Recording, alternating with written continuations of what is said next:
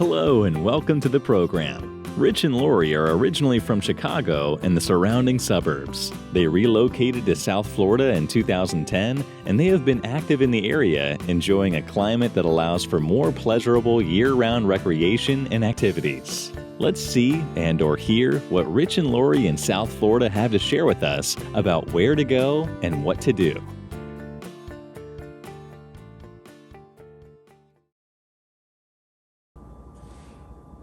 Episode 10. All right, let's get this party started. Hey, what do you notice different about this presentation today? We're inside the house rather than outside. So why are we wearing our hats? Good question. It's a bad hair day. Anyway, welcome to episode 10 of the Rich and Laurie video channel and podcast. I'm Rich, by name only. I must be Laurie. You are that. And again, episode 10. This one is going to be brought to you specifically on the subject of restaurants and eating. We like that. And food. Yes, as a matter of fact. Rich in the kitch. Rich in the kitch. Did you just come up with that? I did. This is Rich in the kitch. That's incredible. Speaking of Rich in the kitch, he's really perfecting his quiche.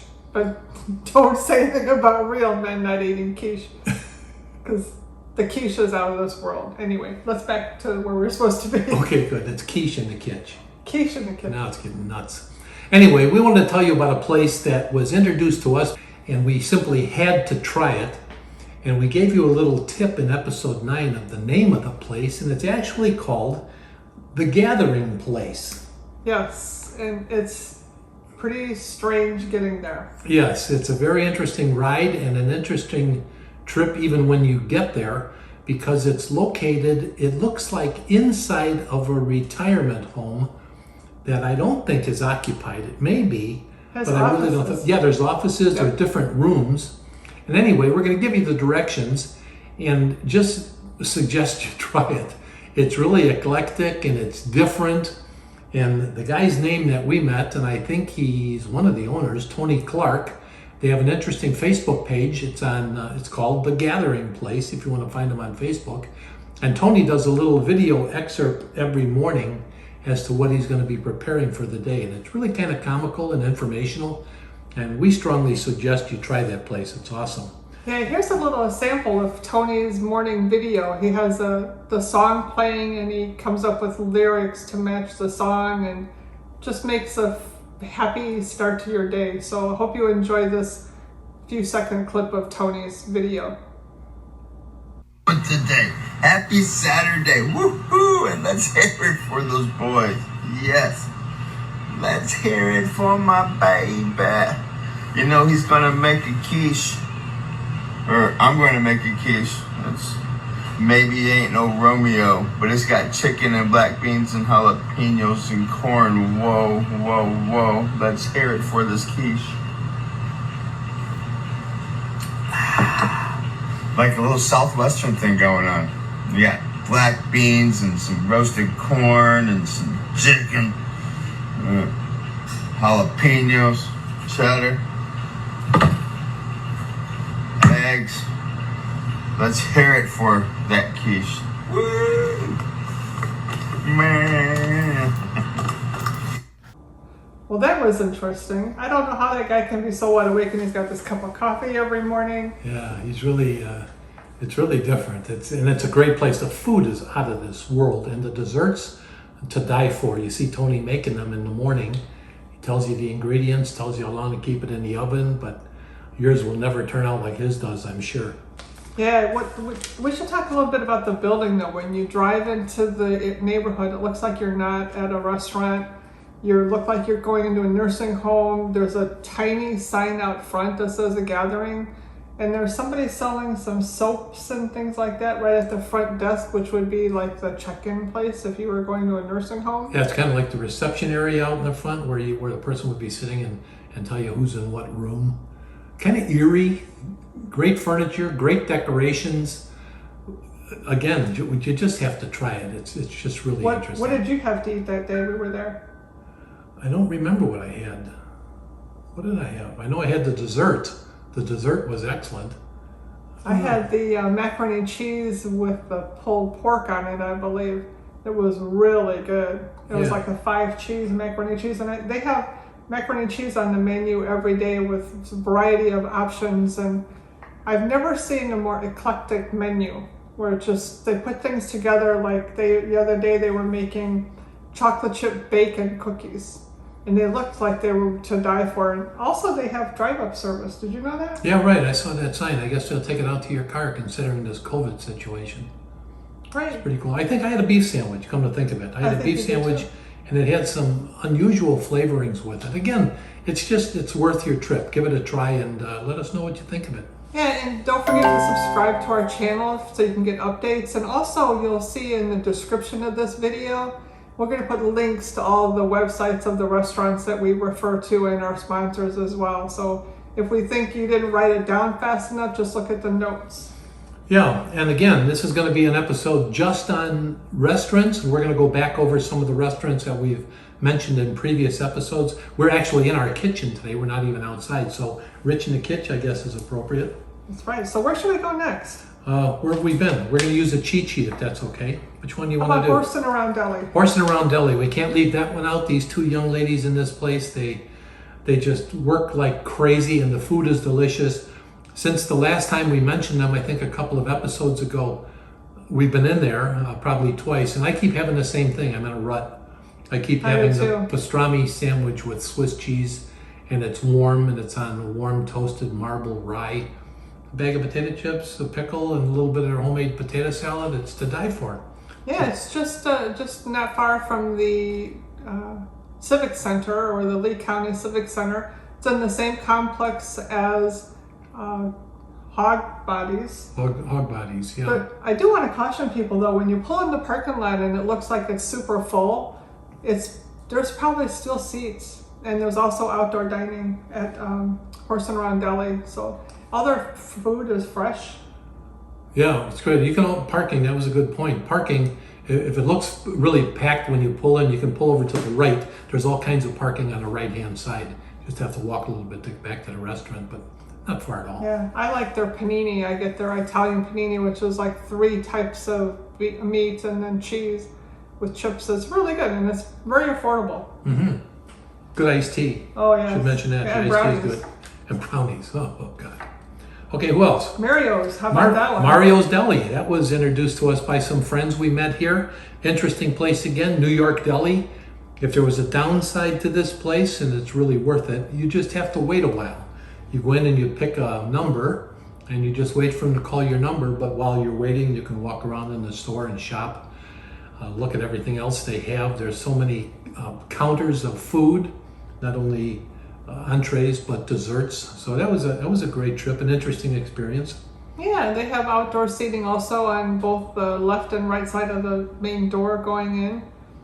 They also have a deli where you could get like lasagna or baked potatoes and those kinds of things to go, as well as they have a hot counter where you can get things hot. I think our friends had veal something, some kind of veal sandwich or veal dinner.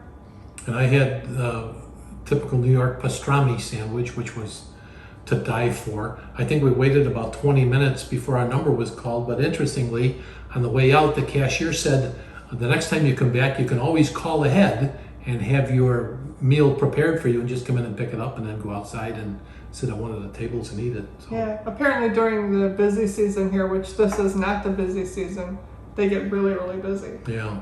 So. Okay, next on the list, BuddyZ. This is interesting. It's Buddy, BuddyZ.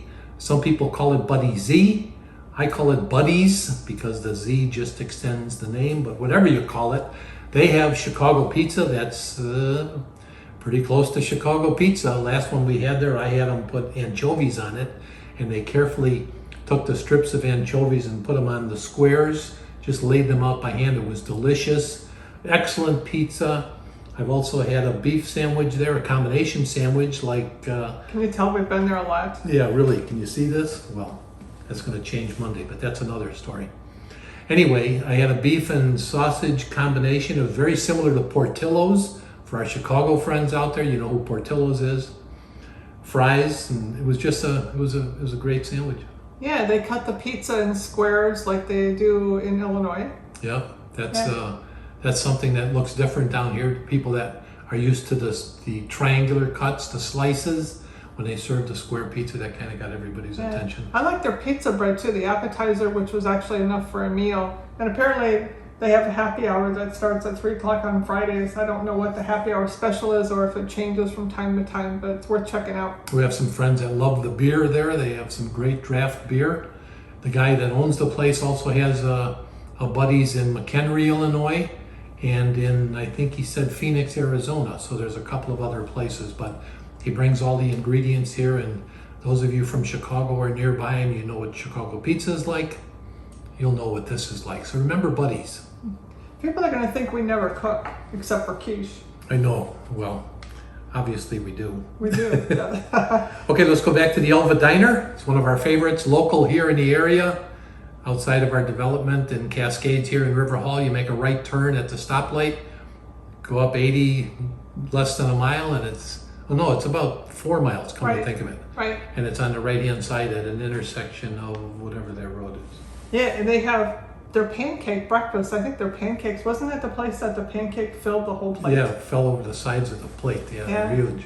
Yeah, they have great home fries and some soups and things. And they're known for their broasted chicken. Yes. If you like broasted chicken, and don't ask us what broasted is, but they explained it.